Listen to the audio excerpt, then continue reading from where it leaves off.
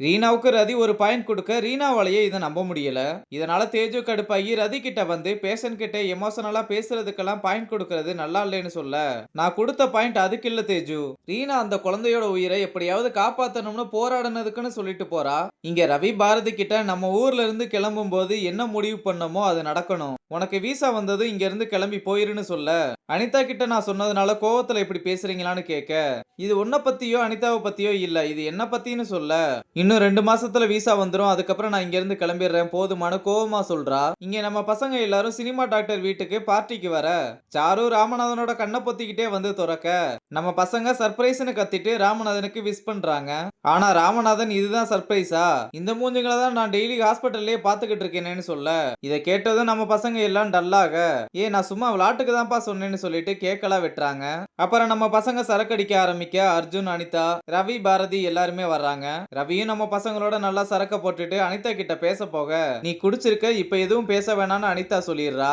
அதனால அனிதாவை வெறுப்பேத்துறதுக்காக பாரதி கையை பிடிச்சு டான்ஸ் ஆட ஆரம்பிக்க, அவளுமே நீங்க வானா வர்றதுக்கும் போனா போறதுக்கும் என்ன எப்படி நினைச்சுக்கிட்டு இருக்கீங்க, நீங்க தானே விசா வந்ததும் கிளம்பிட சொன்னீங்க, இப்ப அனிதாவை வெறுப்பேத்துறதுக்காக என் கூட வந்து டான்ஸ் ஆடுறீங்களான்னு திட்டிட்டு போறா. மறுநாள் ரவி கிட்ட பாரதி, இனிமேல் உங்களுக்கு தேவையான எல்லாத்தையும் நீங்களே பண்ணிக்கோங்கன்னு சொல்லிடுறா.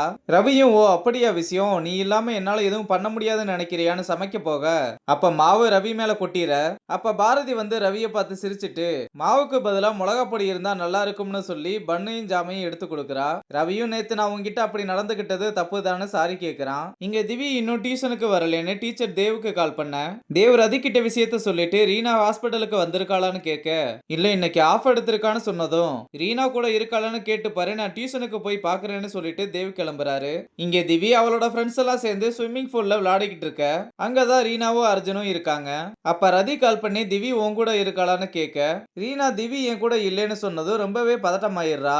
இத தேவ் கிட்ட சொல்ல, சரி அதை விடு, நான் இங்க டியூஷன் பக்கத்துல பாக்குறேன், நீ உன் ஹாஸ்பிட்டல் பின்னாடி இருக்க ஸ்விம்மிங் பூல்ல போய் பாருன்னு சொல்றாரு. இங்க ரீனா அர்ஜுன் கிட்ட விஷயத்த சொல்லி ரொம்ப பயந்துகிட்டு இருக்க, சரி நீ ஒன்னும் பயப்படாத, நம்ம இப்பவே எல்லாரையும் கூப்பிட்டு கிளம்பிடலாம்னு சொல்லி கூப்பிட போக, திவியும் இன்னொரு பையனும் தண்ணியில மூழ்கிக்கிட்டு இருக்க, ரீனாவும் அர்ஜுனும் தண்ணியில குதிச்சு அவங்கள காப்பாத்தி உட்கார வைக்க, கரெக்டா அந்த இடத்துக்கு ரதி வந்ததும் ரீனா பேசுறதுக்கு முன்னாடியே ஒரு அற விட்டுறா.